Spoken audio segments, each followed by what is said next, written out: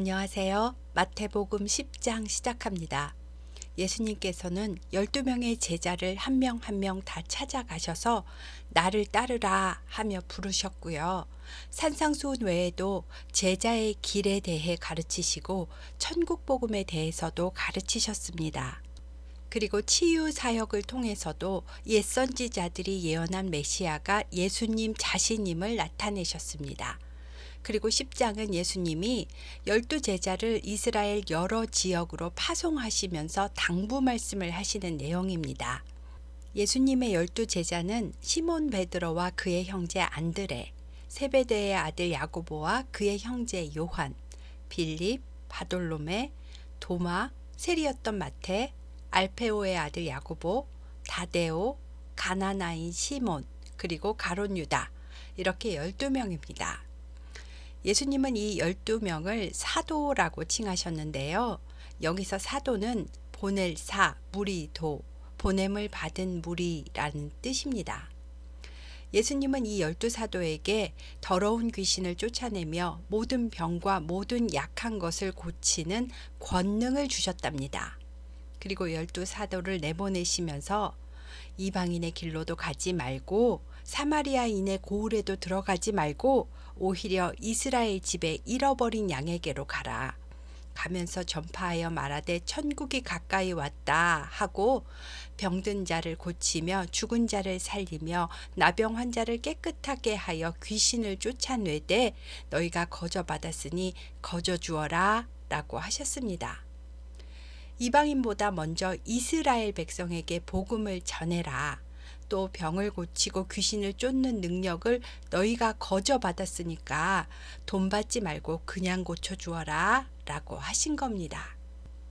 또 너희 전대에 금이나 은이나 동을 가지지 말고 여행을 위하여 여행 가방도 여벌옷도 신발도 지팡이도 챙기지 말아라. 일꾼이 자기가 필요한 것을 받아 쓰는 것은 당연한 일이다. 어떤 성이나 어떤 마을에 들어가든지 그곳에서 마땅한 사람을 찾아내어 떠날 때까지 그 집에 머물러라. 그리고 그 집에 들어갈 때는 평안하기를 빌어주어라. 만약 그 집이 평안을 받을 만하면 너희가 빈 평안이 그 집에 임할 것이고 그렇지 않다면 그 평안이 너희에게로 돌아올 것이다. 누구든지 너희를 영접하지 않거나 너희 말을 듣지도 아니하거든 그 집이든 마을이든 그냥 나와서 너희 발에 먼지를 떨어버려라. 내가 진실로 너희에게 이르노니 심판날에 소돔과 고모라 땅이 그 성보다 견디기 쉬우리라 하셨습니다. 하나님께서 필요한 것을 공급해 줄 사람을 만나게 해 주실 터이니 공급하시는 하나님만 바라보고 의지하며 복음 전파 사역에 집중하라고 하신 겁니다. 그 다음 보라 내가 너희를 보냄이 양을 이리 가운데로 보냄과 같도다. 그러므로 너희는 뱀같이 지혜롭고 비둘기같이 순결하라. 사람들을 삼가라. 그들이 너희를 공회에 넘겨주겠고 그들의 회당에서 채찍질하리라.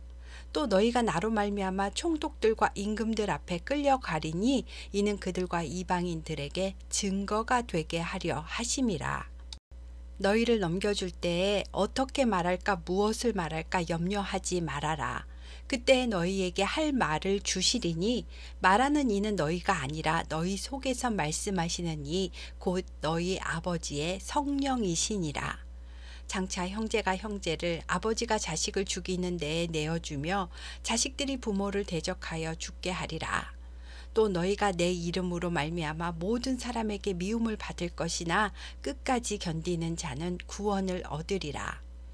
이 동네에서 너희를 박해하거든 저 동네로 피하여라.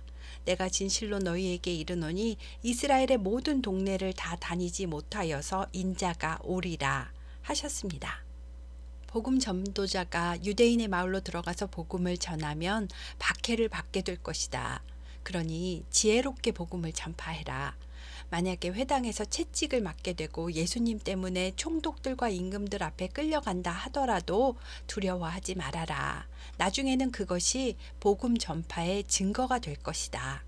그리고 재판을 받을 때에도 성령께서 너희에게 할 말을 넣어 주실 거니까 무엇을 어떻게 말할지에 대해 염려하지 말아라 라고 하신 겁니다.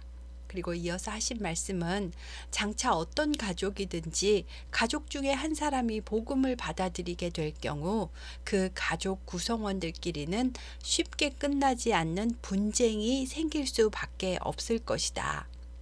그러나 예수를 믿는 것 때문에 가족에게까지 미움을 받아도 끝까지 견디는 자는 구원을 얻으리라 라고 하신 겁니다.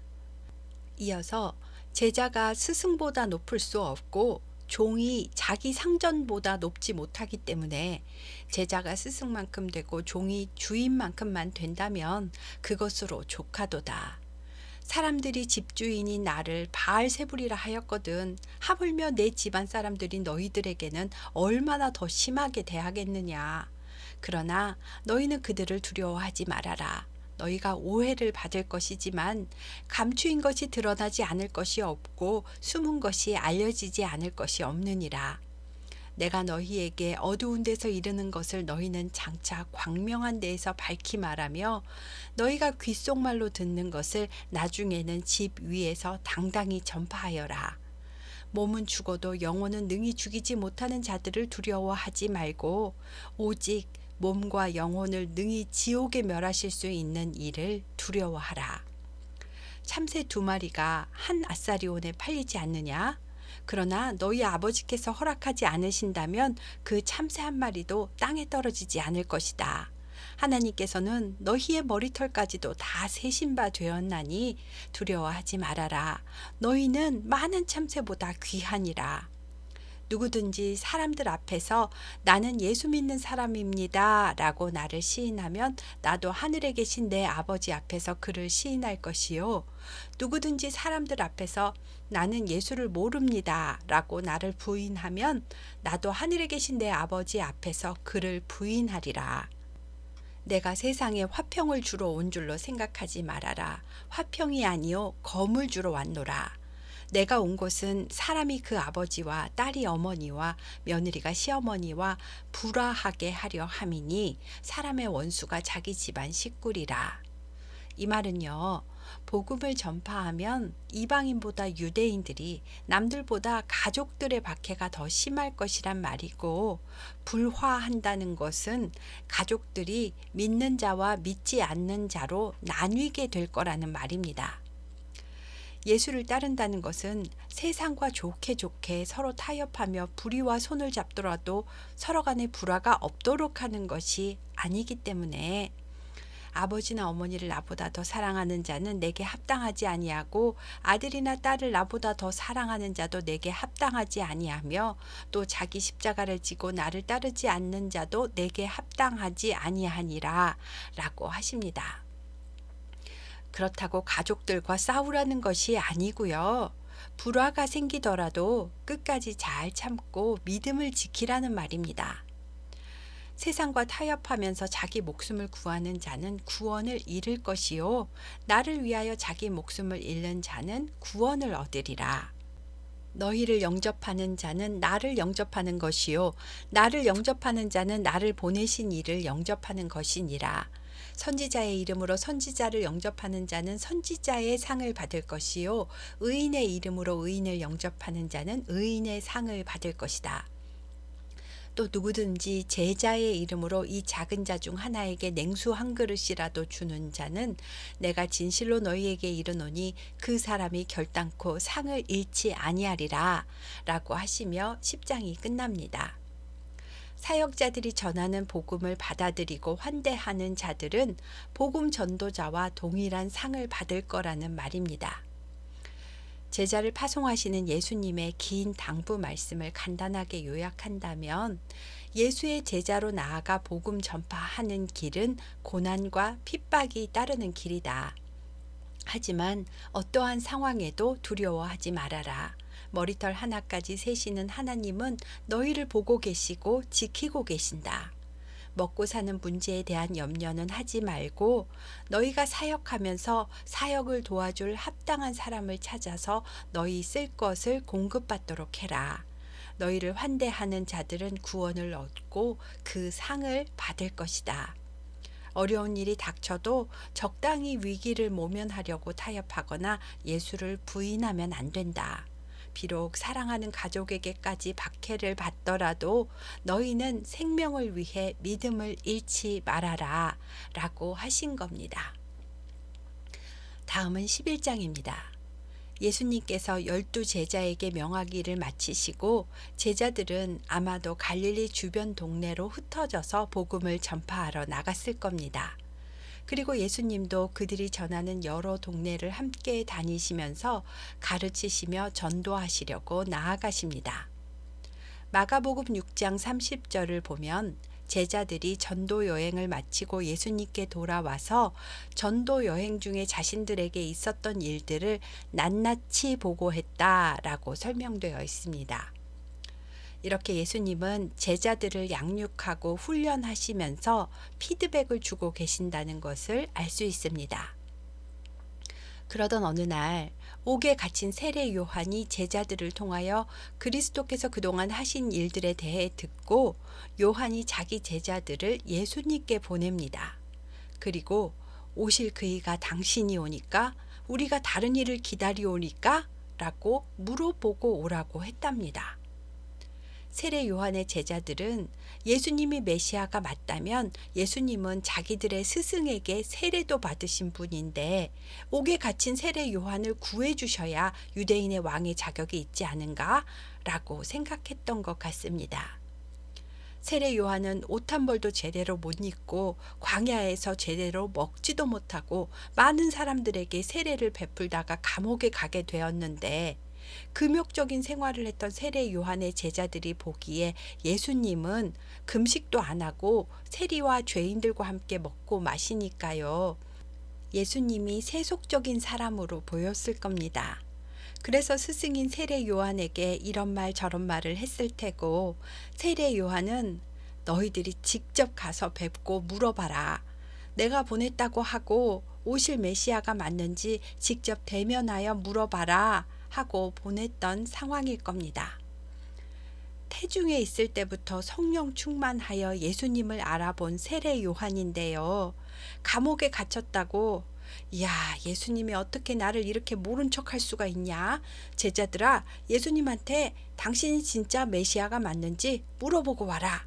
라고 했을 확률은 아마 1%도 안 될 겁니다.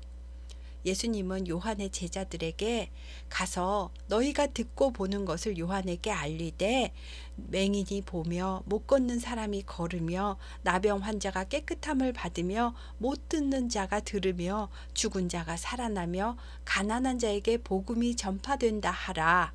누구든지 나로 말미암아 실족하지 아니하는 자는 복이 있도다 라고 하셨습니다. 이 말씀은 이사야 29장 18, 19절에 메시아가 오신 그날에 벌어지는 일들을 이사야가 예언한 내용인데요. 그 예언이 성취되고 있다라는 말씀을 하신 겁니다. 그리고 요한의 제자들에게 나 때문에 실족하지 않는 자는 복이 있다라고 하시면서 너희가 바라는 메시아는 정치적인 메시아이겠지만 나는 성경에 예언되어 있는 메시아이다.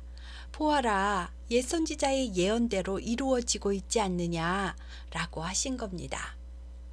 예수님의 이 말씀을 듣고 요한의 제자들은 떠나갔고요. 예수님은 남아있는 무리에게 세례 요한에 대하여 말씀하십니다.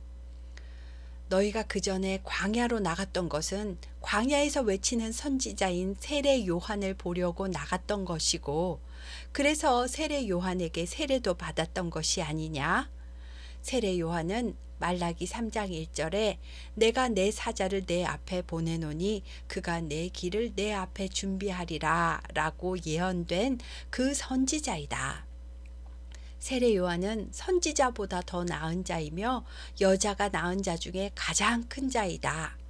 세례 요한의 때부터 지금까지 천국은 침노를 당하나니 열정적으로 쟁취하는 자는 빼앗느니라.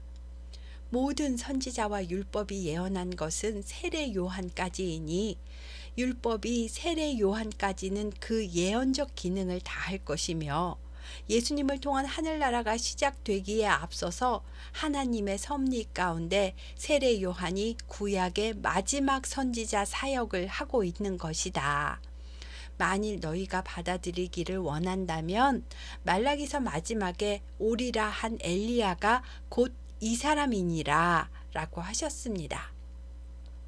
세례 요한은 사람들이 네가 엘리야냐? 라고 물었을 때 아니다 라고 했지만 예수님께서 이렇게 확실하게 세례 요한이 말라기서에 예언된 그 엘리야 선지자다 라고 확실하게 인정해 주셨습니다.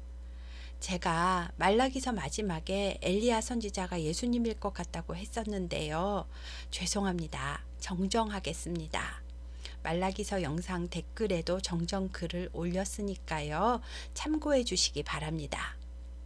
예수님께서는 귀 있는 자들은 들을지어다. 내가 이 세대를 비유한다면 아이들이 장터에 앉아 자기 친구에게 말하기를 우리가 너희를 향하여 피리를 불어도 너희는 춤추지 않고 우리가 슬피 울어도 너희는 가슴을 치지 않는구나 함과 같이 내가 기적을 베풀고 복음을 전파해도 이 세대는 아무 반응이 없구나. 세례 요한이 와서 먹지도 않고 마시지도 않을 때는 요한에게 귀신이 들렸다고 하더니 인자는 와서 먹고 마심에 너희가 나에게 말하기를 보라 먹기를 탐하고 포도주를 즐기는 사람이요 세리와 죄인의 친구로다 하니 지혜는 그 행한 일로 인하여 옳다함을 얻느니라 라고 하셨습니다. 사람들이 요한은 요한대로 비난하고 예수님은 예수님대로 또 비난을 하는데 요한과 예수님은 하나님의 지혜가 인도하는 대로 행했으니 결국에는 옳다함을 얻을 것이다 라고 하신 겁니다. 그리고 예수께서 권능을 가장 많이 행하신 고울들이 회개하지를 않아서 예수님이 이것을 책망하시는데요. 화 있을진저 고라시나 화 있을진저 벳세다야 너희에게 행한 모든 권능을 두로와 시돈에서 행하였더라면 그들이 벌써 베옷을 입고 제에 앉아 회개하였으리라. 내가 너희에게 이르노니 심판날에 두로와 시돈이 너희보다 견디기 쉬우리라. 가버나움아 내가 하늘에까지 높아지겠느냐? 음부에까지 낮아지리라. 내게 행한 모든 권능을 소돔에서 행하였더라면 그 성이 오늘까지 있었으리라. 내가 너희에게 이르노니 심판날에 소돔 땅이 너보다 견디기 쉬우리라 라고 하십니다. 가버나움은 경제적으로 아주 부유한 상업도시였고 예수님은 이곳에서 기적을 많이 행하셨지만 가버나움 사람들은 소돔보다도 교만하여 회개하지 않았기 때문에 너희가 하늘까지 높아지겠느냐? 라고 하신 겁니다. 그리고 예수님께서 천지의 주제이신 아버지여 이것을 지혜롭고 슬기 있는 자들에게는 숨기시고 어린 아이들에게는 나타내심을 감사하나이다. 옳소이다. 이렇게 된 것이 아버지의 뜻이니이다. 라고 기도하십니다. 그리고 내 아버지께서 모든 것을 내게 주셨으니 아버지 외에는 아들을 아는 자가 없고 아들과 또 아들의 소원대로 계시를 받은 자 외에는 아버지를 아는 자가 없느니라. 수고하고 무거운 짐진 자들아 다 내게로 오라. 내가 너희를 쉬게 하리라. 나는 마음이 온유하고 겸손하니 나의 멍에를 메고 내게 배우라. 그리하면 너희 마음이 쉼을 얻으리니 이는 내 멍에는 쉽고 내 짐은 가벼움이라 라고 하시며 11장이 끝납니다. 여기서 지혜롭고 슬기 있는 자들이란 아는 것도 많고 계산이 빠른 사람들을 말하는데요. 자신의 편견이나 판단으로는 예수님과 그의 나라를 영적으로 깨닫기가 불가능하다는 말이고요. 어린아이들이란 자신의 무지와 나약함을 솔직하게 인정하고 하나님만 바라보며 예수님의 가르침을 순수하게 받아들이는 사람을 말합니다. 예수님의 멍에를 메고 예수님께 배우면 쉼을 얻는다 라는 말은 예수님은 우리를 하나님께로 이끌어 죄를 용서받게 하며 우리의 죄의 무거운 짐을 벗겨주시고 참 자유를 주신다는 말입니다. 다음은 12장입니다. 그때라고 시작하는 마태복음의 그때는 챕터가 바뀐다. 다른 이야기로 전환된다 라는 접속사적 의미를 갖는다는 것으로 이해되니까 참고하시고요. 예수께서 안식일에 밀밭 사이로 가실 때에 제자들이 배가 고파서 밀 이삭을 잘라 먹었답니다. 이 모습을 바리새인들이 보고 예수님께 보시오, 당신의 제자들이 안식일 율법을 어겼습니다. 라고 합니다. 밀 이삭을 조금 잘라 손으로 부벼 먹은 것을 안식일에 추수하여 타작한 것으로 보는 것입니다. 예수께서는 예전에 다윗이 배가 고파서 하나님 전에 제사장만 먹을 수 있다는 진설병을 먹었던 것 이야기를 알지 못하느냐? 또 안식일에 제사장들은 성전 안에서 일을 해도 죄가 없음을 율법책에서 읽지 못하였느냐? 성전법이 안식일보다 더 우선하듯이 성전보다 더 큰 이가 여기 있느니라. 나는 자비를 원하고 제사를 원하지 아니하노라 하신 뜻을 너희가 알았더라면 무죄한 자를 정죄하지 아니하였으리라. 인자는 안식일의 주인이니라 라고 하십니다. 안식일의 정신은 쉬라는 것이지 지키는 게 목적은 아니잖아.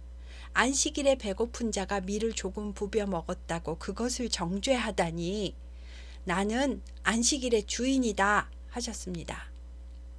믿는 자는 주 안에서 안식을 누리는 것이므로 안식일의 율법은 이미 성취되었습니다.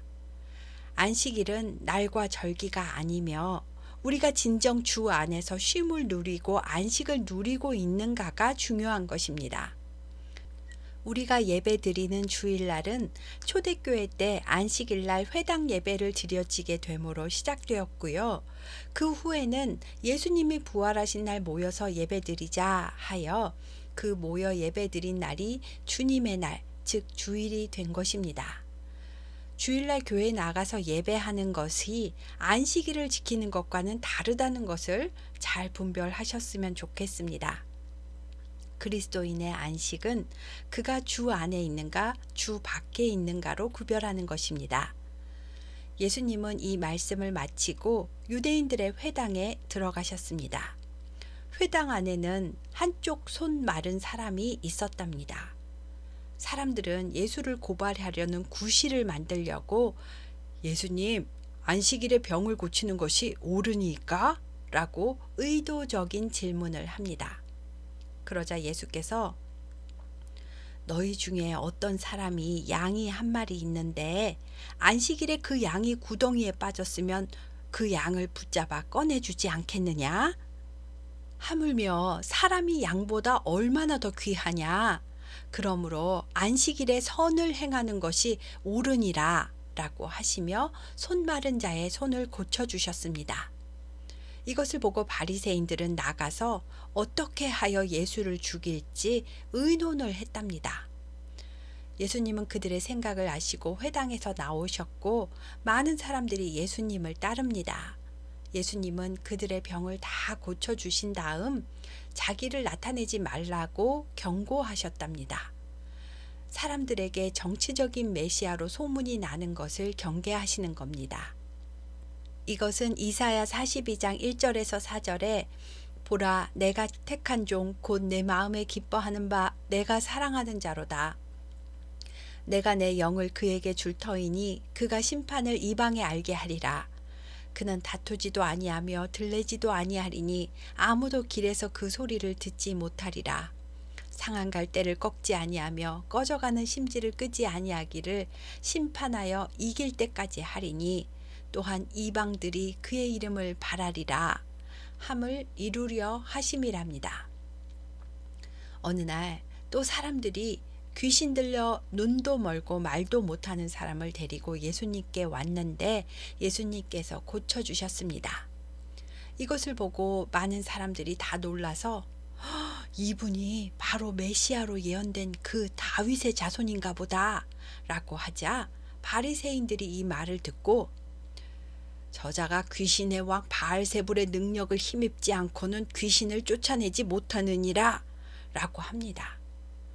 예수님은 그들의 생각을 아시고 어떤 집이나 동네든지 어떤 나라든지 그 나라 백성들끼리 내부에서 서로 분열을 일으킨다면 그 나라가 바로 설 수 있겠느냐?